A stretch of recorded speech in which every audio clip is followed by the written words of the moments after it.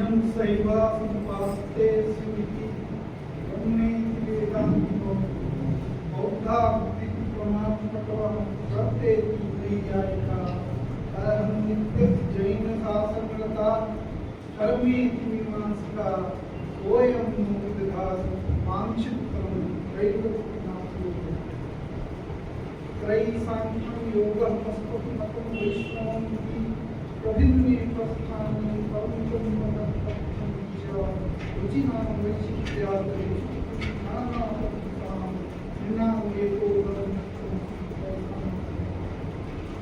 प्रयोग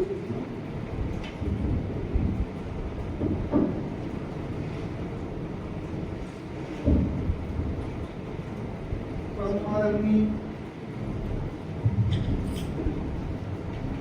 bishop Eugene Joseph जी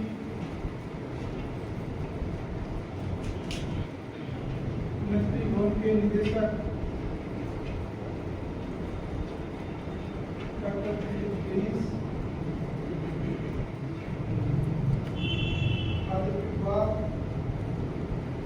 मोहम्मद आरिफ जी हमारे सामने उपस्थित प्रोफेसर महेंद्र कुमार जी, प्रोफेसर अमिता दत्त जी, डॉक्टर नीति सिंह जी और इस मैत्री भवन में उपस्थित हमारे मित्रों की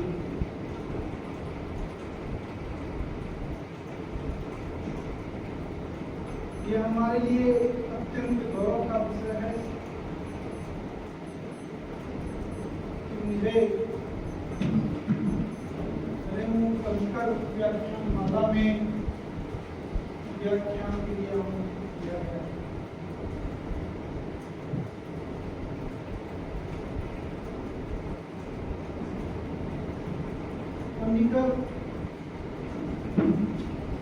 और रिलीजियस डायलॉग ये दोनों एक दूसरे के पर्याय हैं। अभी जो बायोग्राफी डॉक्टर फिलिप डेविस ने प्रस्तुत किया उसमें आप लोगों ने देखा होगा कि किस तरह से पर्निकर के लिए अंतर्धार्मिक संवाद या इंटररिलीजियस डायलॉग वो उनके जीवन से जुड़ा हुआ प्रश्न था। पिता मलयाली हिंदू थे और माता स्पेनिश कैथोलिक थी। ऐसी पृष्ठभूमि में वो पैदा होते हैं तो आप समझ सकते हैं कि किस तरह से प्रतिदिन जो है वो उस संवाद से गुजरे होंगे।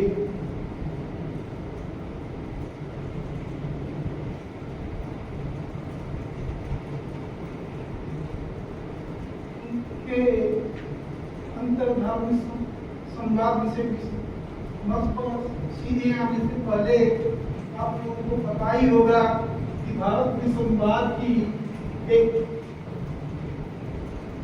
अनादि परंपरा रही है, ऐसा कहा जा सकता है। वैदिक काल से आज तक संवाद यह एक मूल सामाजिक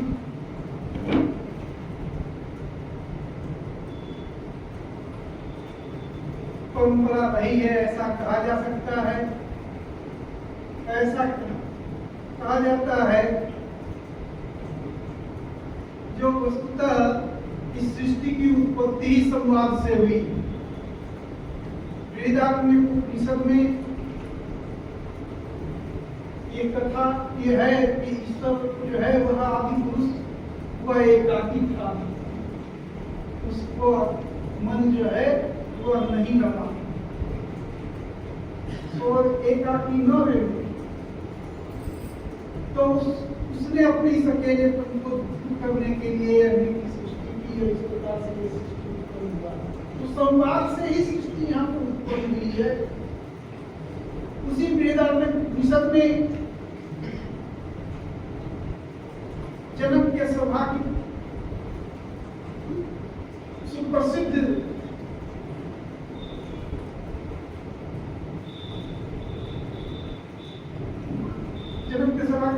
सिर्फ ब्रह्मोत्य की चर्चा आती है या ब्रह्म सभा की चर्चा आती है, वो वस्तुतः क्या है? संवाद है जो उस परम पिता का, परमात्मा का, ब्रह्म का स्वरूप क्या है इसको लेकर के हालांकि हम अभी विचार करेंगे आगे। तो ये जो उस पर पणिकर जी का क्या करना रोचक होगा, आगे जो विचार करेंगे। तो पूरा जो उपनिषद है वो संवाद में शैली में ही लिखा गया है। हमारे जो आगम है वो संवाद शैली में लिखे गए। प्रभु सारे धार्मिक ग्रंथ हैं वो संवाद शैली में लिखे गए। तो संवाद की एक अजस्त्र परंपरा जो है वैदिक काल से आप इस 20वीं और 21वीं शताब्दी में पाते हैं। दुर्भाग्य से कुछ कालखंड ऐसा रहा जहां ये संवाद जो है जिस अपेक्षित ढंग से होना चाहिए था वो नहीं हो पाया।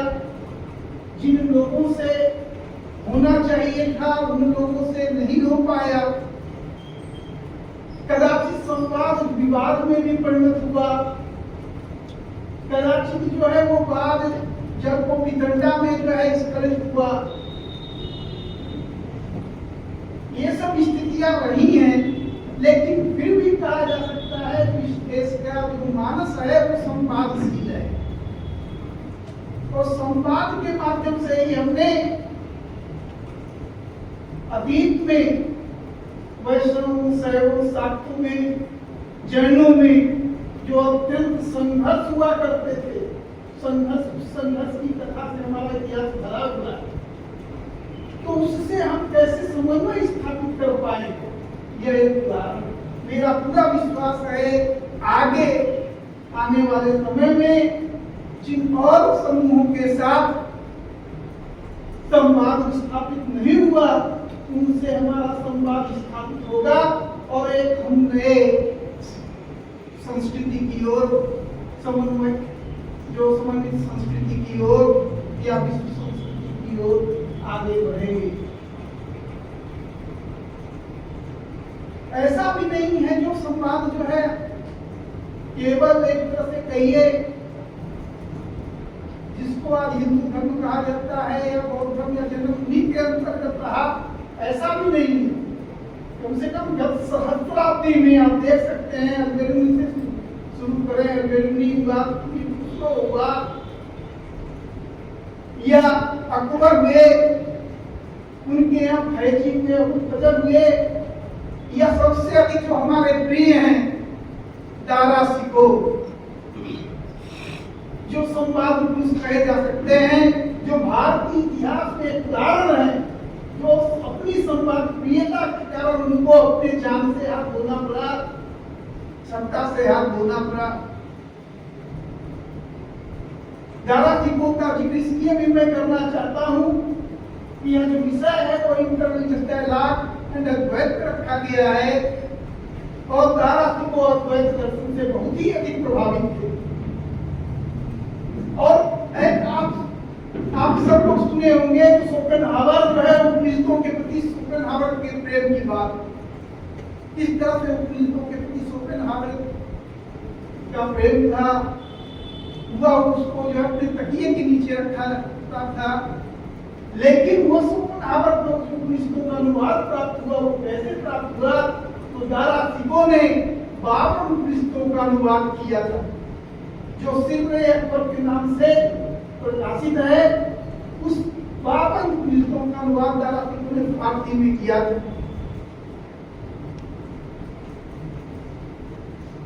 यही नहीं, दारा सिको ने दूसरी रचना रची समुद्र संगम, जिसमें उसने वेदांत और सूफी मत का बहुत महत्वपूर्ण तुलनात्मक अध्ययन किया। बताया ये जो है दो अलग अलग दरियाएं हैं, सागर हैं, और इनका संगम उसने उस समुद्र संगम नामक ग्रंथ में दिखाया।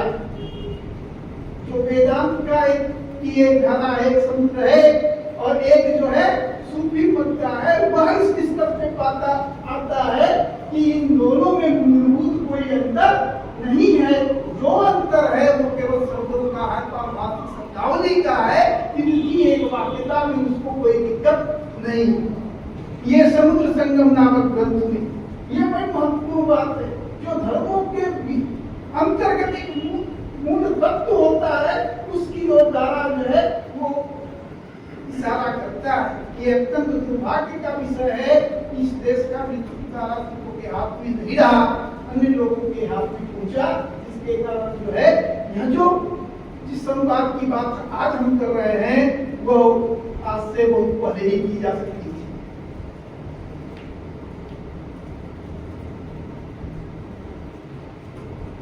मैं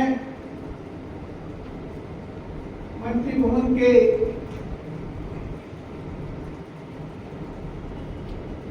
आयोजकों के प्रति आभार व्यक्त करता हूं। उन्होंने जो है मुझे पर्रिकर के मेमोरियल में जो व्याख्यान है उसको देने के लिए अनुरोध किया। जैसी की चर्चा मैंने की थी, जो रेणु पर्रिकर जो है वो पूरी तरह से उनका जीवन इस इंटर रिलीजियस डायलॉग के लिए समर्पित रहा। कहीं न कहीं सारी उनकी सब रचनाओं में विभिन्न धर्मों के बीच में इस प्रकार से सद्भाव स्थापित किया जाए, इस तरह से इंटर रिलीजियस डायलॉग या अंतर्धार्मिक संवाद संभव हो, इसका विचार विमर्श दिखाई पड़ता है।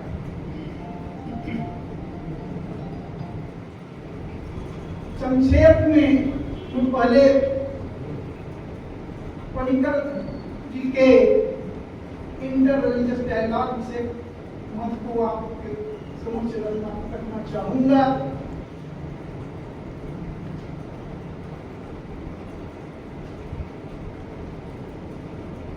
पर्रिकर के अनुसार इंटर रिलीजियस डायलॉग जो है,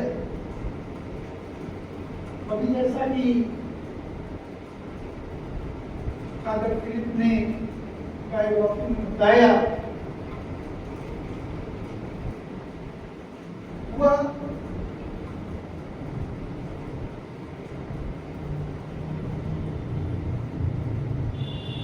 डायलेक्टिकल डायलॉग वो बताते हैं, ये डायलॉजिकल डायलॉग।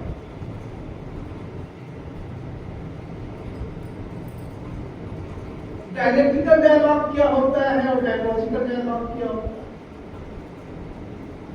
तो डायलेक्टिकल डायलॉग जो है वो होता है जो तर्क एवं बुद्धि पर आधारित हो, डायलेक्टिक पर आधारित, तर्क एवं बुद्धि पर आधारित हो, जो सत्य के वस्तुनिष्ठ समझ पर आधारित हो, ऑब्जेक्टिव ट्रुथ की अवधारणा पर आधारित हो। पर्रिकर कहते हैं कि जो यह डायलॉग का वास्तविक नहीं है, इस डायलॉग से हमको अंतर्धार्मिक विमर्श में कोई इसमें हमको मदद नहीं मिलने वाली। जो डायलेक्टिकल डायलॉग होता है वो रियलिटी के डायलेक्टिकल नेचर पर आधारित होता है। सत्ता का स्वरूप यह है जो तर्क बुद्धि के माध्यम से उद्घाटित किया जा सकता है। पर्रिकर इंटर रिलीजियस डायलॉग पर जो पुस्तक है उसको विस्तार से बताते हैं। एक चैप्टर जो बीइंग और थॉट के रिलेशनशिप को बताते हैं जो सत्ता का स्वरूप ऐसा है जो विचारों में, तर्कों में बांधा नहीं जा सकता। यह सही है कि सत्ता को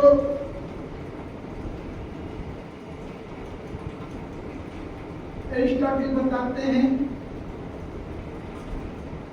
जो being can be said many ways, लेकिन पर्रिकर बताते हैं कि वस्तुतः सत्ता का स्वरूप यह भी रहता है कि वह कितना भी कहा जाए वो अनकहा रह जाता है। अब जो सत्ता का जो अनकहा स्वरूप है यह डायलॉजिकल डायलॉग में क्यों ऐसा होता है? क्योंकि जो डायलॉजिकल डायलॉग होता है वो सेल्फ और अदर के बीच में, आत्म और अनात्म के बीच में नहीं होता। यह सेल्फ और सेल्फ के बीच में, ये सब्जेक्ट और सब्जेक्ट के बीच में होता है, आत्म और आत्म के बीच में होता है। यह डायलॉग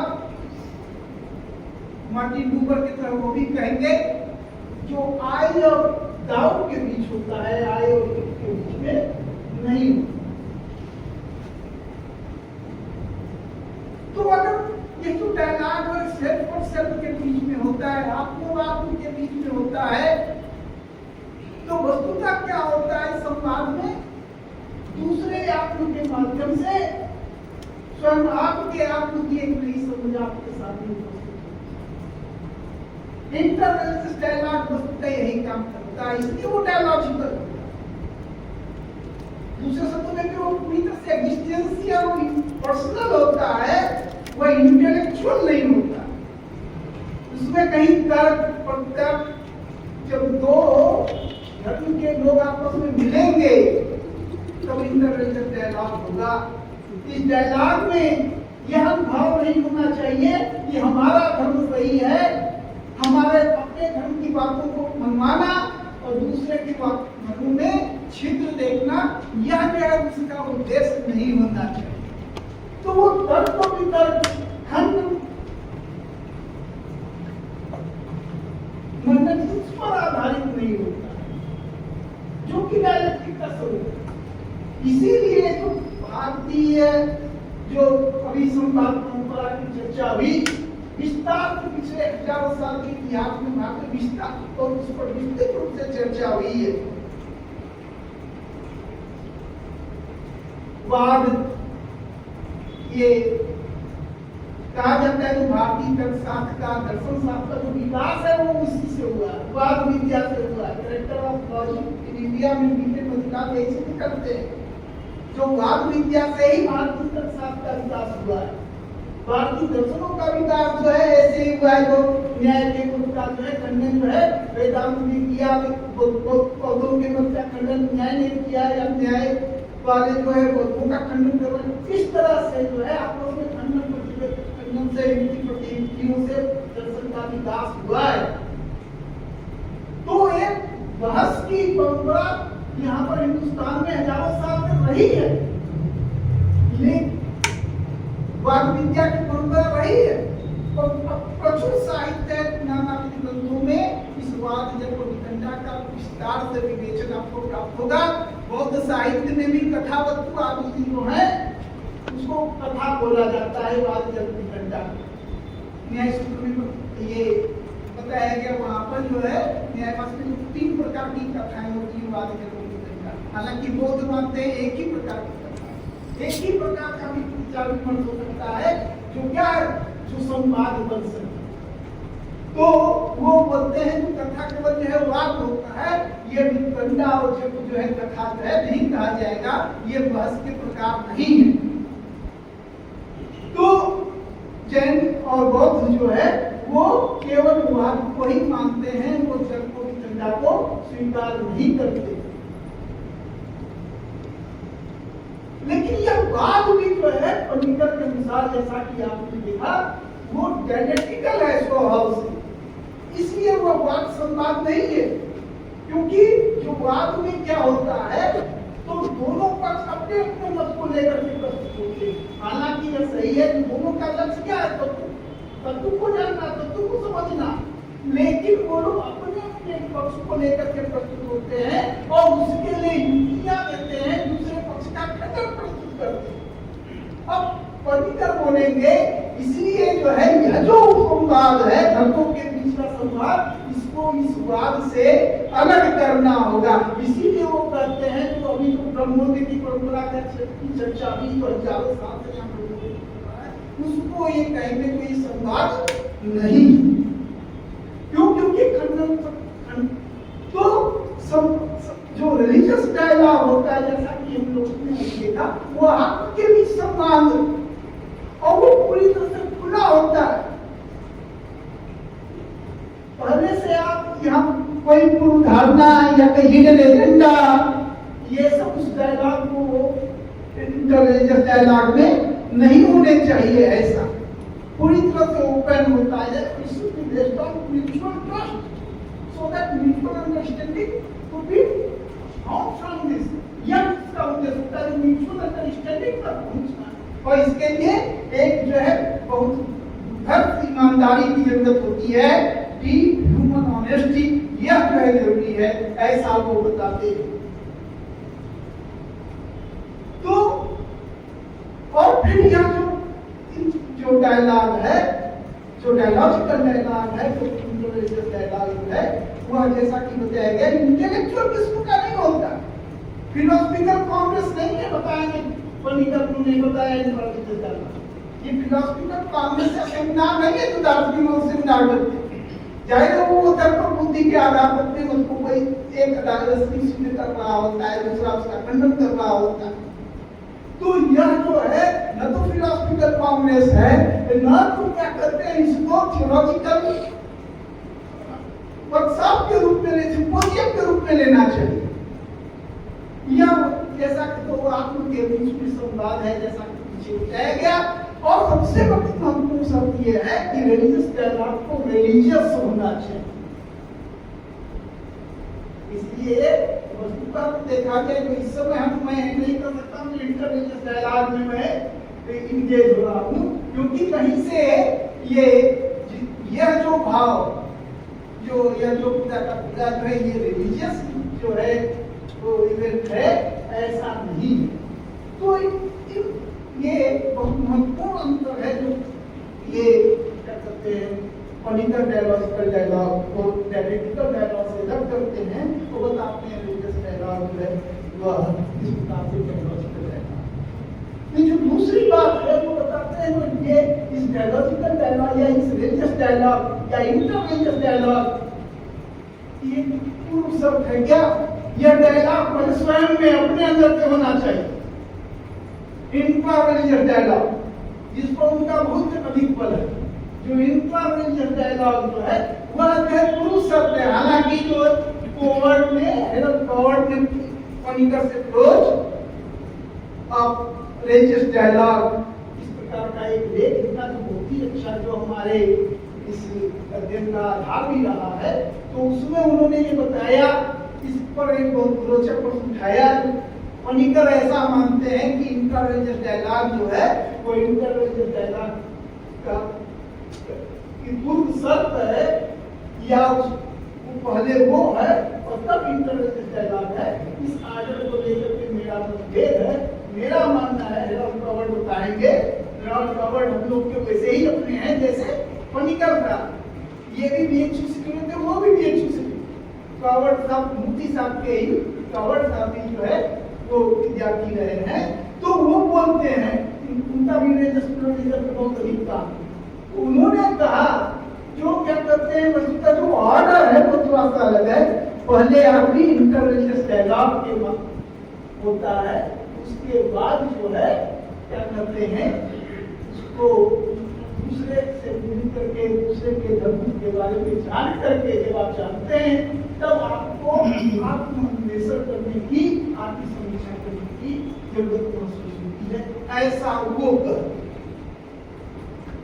हालांकि बाद में फिर वो स्वीकार करते हैं जो वस्तुतः देखा जाए तो दोनों में अन्योन्य आश्रय संबंध है। इंटर-रिलीजियस डायलॉग से पहले डायलॉग भीतर में उत्पन्न होगा, तभी हमारे अंदर की इच्छा होगी तो हम दूसरे को जाने, उससे संवाद करें, और फिर जब उससे संवाद करते हैं हमारी समझ जो है वो बढ़ती है, तो फिर से हम समझ के आधार पर अपने धर्म में झांकते हैं और उसको एक तरह से कहिए और इनलाइटन करते हैं या जो जैसा भी करते हैं। तो यह इंट्रा-रिलीजियस डायलॉग और उनका जो इंटर-रिलीजियस डायलॉग जो है आप कैसे कर सकते हैं, जो वो तब तक करीब नहीं होगा। सही बात है, दूसरे से जो संवाद है उसका कोई मतलब नहीं। यदि वह जो है वो संवाद जो है अंत में स्वयं से नहीं होगा। तो इस पर बहुत महत्वपूर्ण जो है ये सही देखा जाए तो बात ऐसे है जो क्या कहते हैं महाभारत में देखिए संवाद पे बहुत ही अच्छी पुस्तक राधा त्रिपाठी जी की है, संवादोपनिषद अपने काशी विश्वविद्यालय से ही छपी है संवादोपनिषद। उसमें उन्होंने हजारों साल के बाद के इतिहास के संवाद को बहुत अच्छे ढंग से किया है। इंग्लिश में भी इसी debate in theory and practice करेंगे। लेकिन जो ये संवाद, उस संवाद उपनिषद उन्होंने महत्वपूर्ण चर्चा की जो जनक और सुलभा के संवाद, सुलभा जनक और सुलभा के बीच संवाद जो है ये महाभारत के शांति पर्व। वहाँ जो है वो जनक कुछ विख्यात रहे हैं, विदेही रहे हैं, विगत प्रिय रहे हैं, विगत मुक्त रहे हैं, उनको इसका अभिमान था। तो योगिनी सुलभा जो है वो उनसे पूछती है, वो विचित्र ढंग से उनसे प्रश्न करती है, जिस पर जो है वह है तो विगत स्त्री विदेही जनक झुंझला जाता है। तो वहां बहुत रोचक ढंग से सुलभा ने संवाद के कुछ गुण बताए। तो संवाद में क्या बात, वाणी और बुद्धि के कौन-कौन से गुण होने चाहिए। 9 गुण जो है, 9 दोष होते हैं वाणी के, 9 दोष होते हैं बुद्धि के।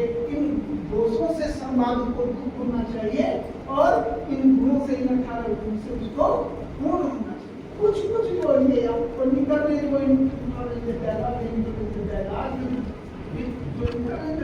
जो शब्द होता ही है वो उसमें बहुत आश्चर्य रूप से आपको मिलता हुआ है। तो वहां वो है जो वस्तुतः जो सुलभा से संवाद हो रहा है जनक का, वह व्यास बोलते हैं जो वस्तुतः ये सुलभा कोई और नहीं छुपे, वो जनक ही है। तो जनक से ही आपको संवाद, जनक का ही आपको संवाद हो रहा है। तो जो इनका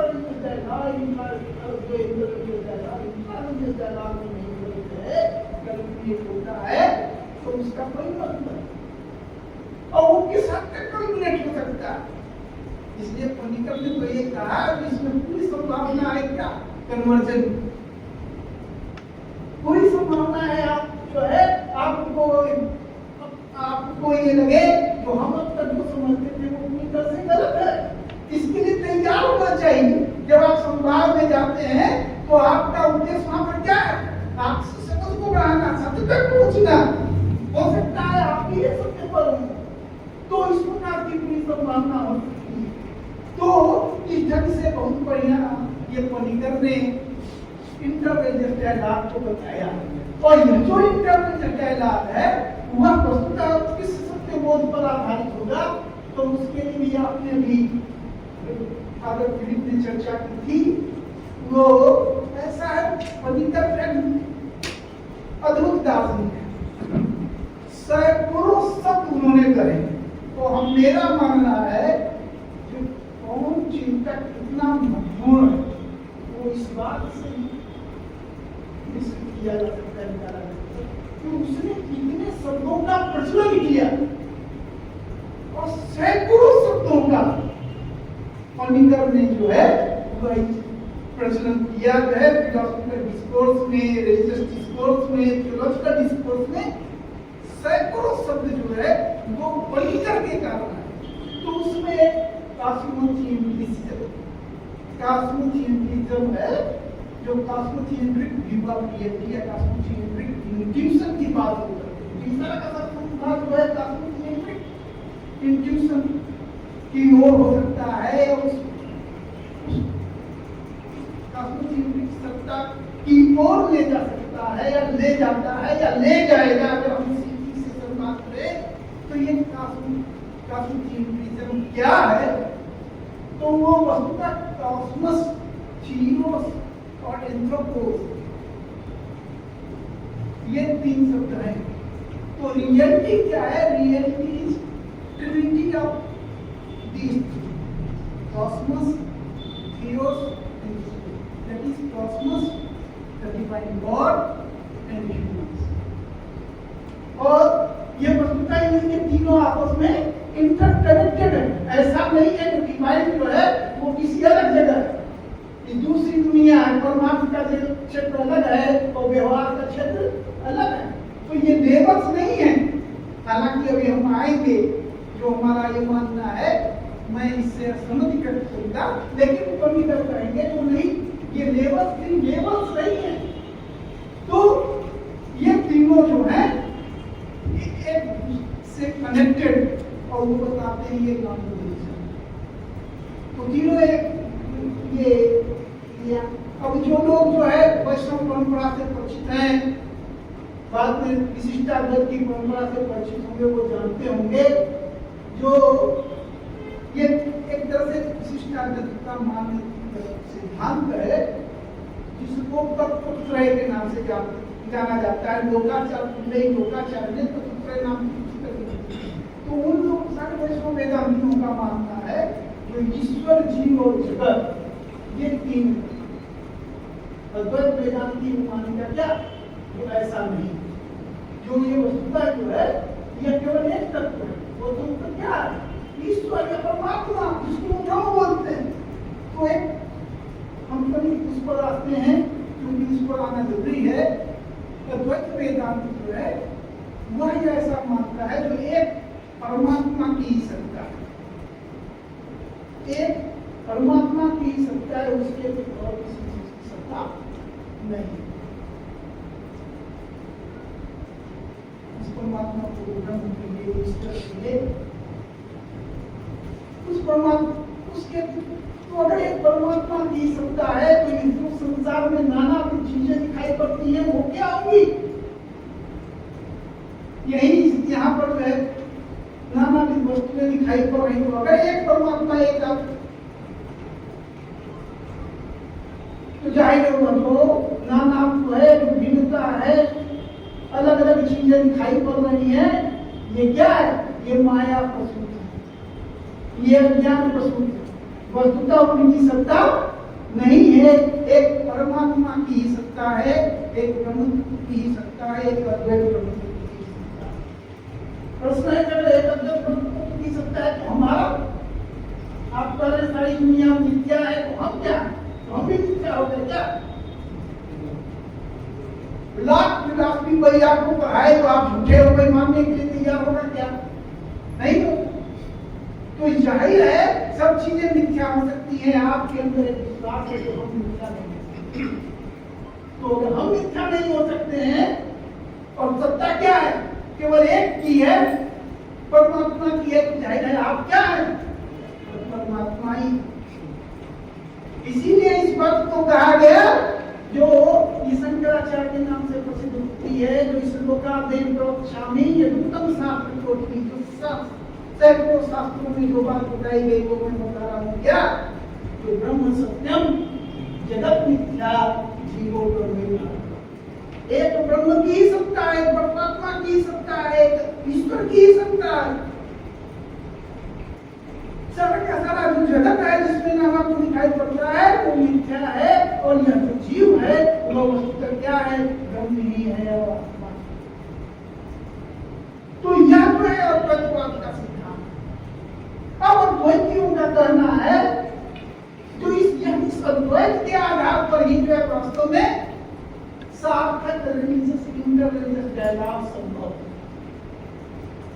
क्यों पनिकर भी एक तरह से कहेंगे, क्यों पनिकर भी बताते हैं, कभी चर्चा हुई ये लाइट इन बिटवीन करके पहले यहाँ बेटिना कौमा जी ने लेक्चर दिया था, पनिकर ने मुझे लेक्चर, तो उनकी autobiography life between a journey of 2025 में छपी। उसमें उन्होंने बहुत अच्छे ढंग से एक चैप्टर ही इंटरव्यू डायलॉग दिया है, और उन्होंने पनिकर से आदमी समझ रहा है तो उसके बारे में चर्चा उन्होंने की। जो पनिकर चाहते थे इंस्टीट्यूट बनाना, हालांकि मैत्री भवन में वो काम हो रहा है, भी ठीक हो जाता है, जो इंटरनेशनल डायलॉग को समर्पित डॉक्टर भगवान दास इंस्टीट्यूट ऑफ भगवान दास जी के नाम, और वो चाहते थे इंस्टीट्यूट ना बने, विद्यापीठ बने। दुर्भाग्य से वो सफल नहीं, ये प्रोजेक्ट पनिकर का सफल ही है। तो ये जो है तो वो अब यह जो क्यों भगवान दास की बात,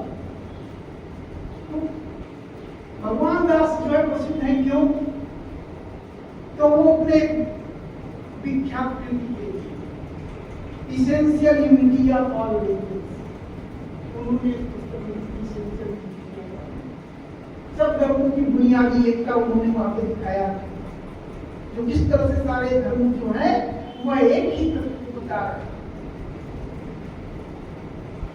इसी आधार पर पॉलिटिकल में भी वर्ड्स की आलोचना करते हैं, और जो क्या वह बताते हैं जो धर्मों का जो एक बाह्य स्वरूप होता है, एक्सटर्नल फॉर्म होता है, और एक इसेंस होता है।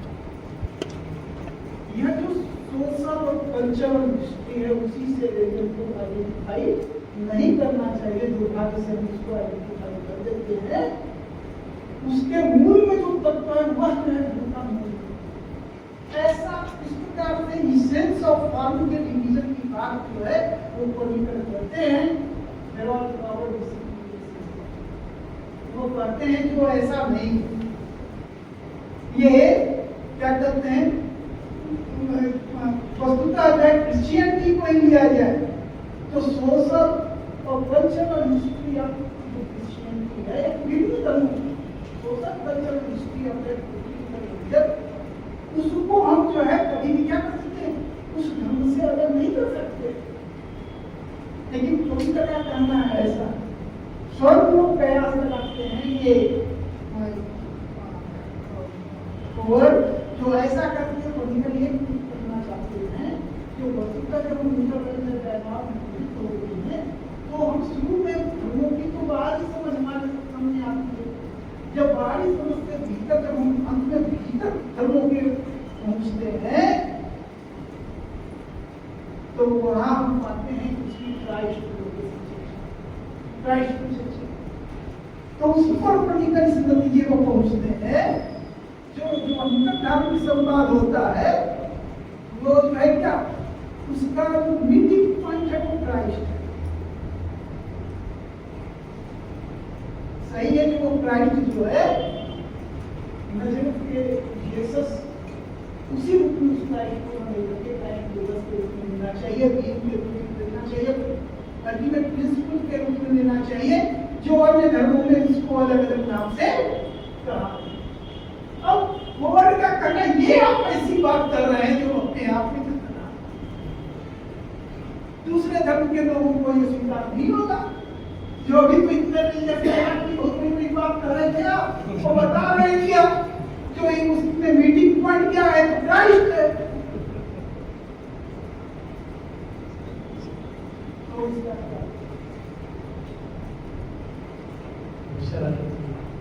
कुछ प्रश्न स्टूडेंट इसका क्या तो इसका क्या उत्तर हो सकता है? एक बात इंटर में जो प्रवृत्त होंगे तो धर्म पक्ष होगा उसका अपने धर्म में पूरी तरह से निष्ठा होनी चाहिए, तभी नहीं तो बेईमानी की बात हो जाएगी।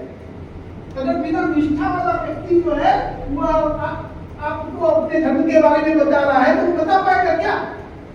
तो जाहिर है उसकी अपने धर्म के प्रति निष्ठा पर। एक हिंदू तो मैं यही ना कहूंगा कि सारे धर्मों में क्या है, राम तत्व यही कहूंगा ना, वह राम तत्व सर्वत्र विराजमान है। तो वो इसी अर्थ में वो कह रहे हैं जो क्राइस्ट जो है वो क्या है, वो सभी संवाद का जो मीटिंग पॉइंट है वो क्राइस्ट, चाहे वो क्राइस्ट लोगस की बात हो रही। अब यह बात जो है या कहीं वो कॉस्मोथिएट्रिक व्यू ऑफ रियलिटी है, कॉस्मोथिएट्रिक इंट्यूशन है जिसकी बात वो कर रहे हैं, या दूसरे शब्दों में कहीं वो अद्वैत जिसकी चर्चा रामकृष्ण परमहंस बता रहे हैं, जो वस्तुतः जाइए धर्मों के मूल में तो आप क्या पाते हैं, वही तत्व है। कोई उसको ईश्वर के नाम से पुकार रहा है, कोई उसको अल्लाह कह रहा है, कोई उसको गॉड कह रहा है। ठीक वैसे ही जैसे कोई पानी पीते भी गया तो कोई कहता है पानी है, कोई कहता है वाटर है, कोई कहता है चीज तो वही है। तो वही एक तत्व है जिसको जो है हम अलग अलग भाषा में अलग अलग सारी की सारी अभी में जो श्लोक बताए गए उसमें यही बात बताई गई है। जो जिस प्रकार से सारी नदियां समुद्र की ओर जाती हैं, उसी तरह से समझ में जो रास्ते हैं उस पर परमात्मा को इस मैत्रीबोधन में आप कई एक रास्तों से आ सकते हैं। उसी तरह से बार बार रामकृष्ण परमहंस करते हैं जो इस काली मंदिर में के रास्ते थे अलग है, अलग अलग रास्ते से लोग आ रहे हैं, अलग अलग यहाँ से आगे आ रहे हैं। तो उसी तरह से धर्म क्या है, अलग अलग रास्ते हैं, अलग अलग ज्ञान है जिनके माध्यम से जो है आप उस परम तक पहुंचते। ये infinite path to infinite reality ये किताब है, बड़ी मशहूर पुस्तक आयन जी महाराज या रामकृष्ण परमहंस की। और यह एक और किताब लिखी है, ये 2018 की किताब है, infinite path to infinite reality, Ramakrishna Paramhansa के। ये विवेकानंद पे है, स्वामी विवेकानंद कॉस्मोपॉलिटन और वेदांत कॉस्मोपॉलिटनिज्म। तो इन दोनों मतों में, इन दोनों पुस्तकों में ये अयम जी महाराज जो है, दूसरी पुस्तक विवेकानंद स्वामी एक ही है, स्वामी विवेकानंद और अयम जी महाराज एक ही। पहली पुस्तक जो अयम जी महाराज के नाम से है, दूसरी पुस्तक तो स्वामी विवेकानंद के नाम से है। दोनों ऑक्सफोर्ड यूनिवर्सिटी से प्रकाशित है। रामकृष्ण मठ से जुड़े हुए आचार्य हैं, सब विजयानंद और विवेकानंद आपको सुना होगा।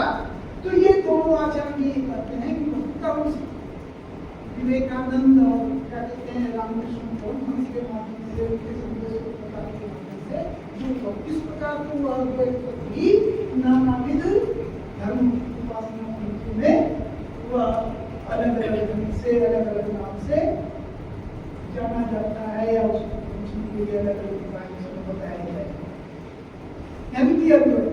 लेकिन ये लोग बताते हैं, जैसा कि पनिकर जी कहेंगे, और वो वेदांत और क्या कहते हैं सर्वप्रियानंद के उपदेश में भी देखा जा सकता है। इन लोगों ने एक नया वो ये कहना है जो जिस अद्वैत की बात की जाती है, फिर आपने जैसा देखा वो काफी तो माने का तत्व वो है जो वो इंक्लूसिव अद्वैत की बात करते हैं। उनका कहना ये इंक्लूसिव लाइफ और वर्ड और एथिकली ओरिएंटेड नॉन सेक्टेरियन अद्वैत जो है वह जो है वो आधार दिया। और वो लोग क्या करते हैं, तो शंकराचार्य के अद्वैत वेदांत को सेक्टेरियन, जो शंकराचार्य सेक्टेरियन है वो अद्वैत वेदांत बताता है जो क्या है, निर्गुण विशिष्ट है, वह तो सेक्टेरियन है। और इनका जो मत है वो क्या है, वह तो है नॉन सेक्टेरियन है। और यह वर्ड है वह एथिकली ओरिएंटेड है। और इस प्रकार का जो इंटीग्रल अद्वैत है वो आधार देता है न कि शंकर का अद्वैत। ऐसा है यह जो अभी आपको देखा है। लेकिन आप ऐसा मेरा मानना है, और ये बात संकेत से ऐसा लग रहा है कि कहा जा रहा है चर्चा को बंद कीजिए। हालांकि बहुत सी बातें कहनी थी, कभी और अवसर आएगा। आप लोग इससे अधिक लोग को विद्यालय परिवार से ही जुड़े हुए हैं। तो मेरा मानना है जो वस्तुता जो अद्वैत वेदांत है, परंपरागत वेदांत है, शंकराचार्य का है, जिसके बारे में कहा जा रहा है कि ये लाइफ निगेटिव है, जिसके बारे में बार बार कहा जाता है जिसमें एथिक्स सोशल फिलॉसफी नहीं है, या स्वाइजर की जो पुरानी आपत्ति है, पीछे भी आपकी इस चर्चा हुई थी। तो वस्तु वह जो है विभिन्न धर्मों के बीच उसको नानाविध जो धर्म है वह अपने पूरे सबके सब धर्म सही है, सब जो है उस परमात्मा को ले जाते हैं। यह बात अच्छे ढंग से अद्वैत वेदांत, शंकर का जो अद्वैत वेदांत जो मायावाद जिसका अनुसंग है, ऐसा जो एक द्वितीय तत्व मायावाद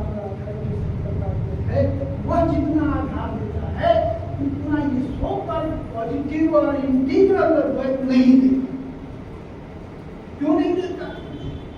इसलिए नहीं देता है, इसमें कमी क्या है? तो ये वे मानेंगे कि उसी परमात्मा के व्यक्ति सब सारे धर्म हैं। तो हज कीजिए जो कोई धर्म जो है स्वयं धर्म होता है, और आपस में जो है यह मानना कि जो सारे धर्म जो पूर्ण है, ये कहां तक सही होगा? संपत्ति का एक महत्वपूर्ण उक्ति है जो no religion can boast that it has discipline all the mystery of man. कोई नहीं कर सकता। तो हम तुम्हें ये मानना होगा कि सारे के सारे धर्मों की उपासना को एक माध्यम है, एक साधन है, इसी को लक्ष्य को समझिए। ये कहीं ले जा रहा है वो महत्वपूर्ण है। यह अंततः ये क्या है? यह सामर्थ्य व्यवहार में परमात्मा नहीं की गति है, ऐसा आपको मानना होगा। यह नहीं करके अगर आप कभी आप अंतर्धान संवाद कर सकते हैं, तो हम जो पा रहे हैं वो भी झूठा हो सकता है। सब सही है ये नहीं, सब गलत भी हो सकते हैं। मुंडकोपनिषद में आया द्वे विद्ये पराक्ष और पराक्ष, दो विद्याएं जाननी चाहिए, परा और उसमें बताया अपरा विद्या क्या है? ऋग्वेद, यजुर्वेद, सामवेद, शिक्षा, तर्क, व्याकरण, तो ये सब जो है क्या है? ये अपरा विद्या है। परा ये अक्षर नदी थे, अपरा क्या है? तो जिससे वो जो अक्षर तत्व या जो अक्षर तत्व, जो अनिर्वचनीय तत्व है, जो अतत्व तत्व है, वह जिससे जाना जा सकता है, वही परा विद्या है। तो ये हिम्मत होनी चाहिए। वेद में ही हिम्मत है क्या? जो हमारा वेद जो है उसको अपरा मानो। शंकराचार्य कहते हैं जो सारा का सारा व्यवहार, सारे के सारे शास्त्र, हमारे शास्त्र सब क्या है? वो आप विद्या के मिथ्या है। तो इस बात को अगर स्वीकार करने की क्षमता होगी, तभी आप जो है स्वस्थ अंतर्धारी संवाद में पवित्र हो सकते हैं और सफल हो सकते हैं। बहुत बहुत धन्यवाद। बहुत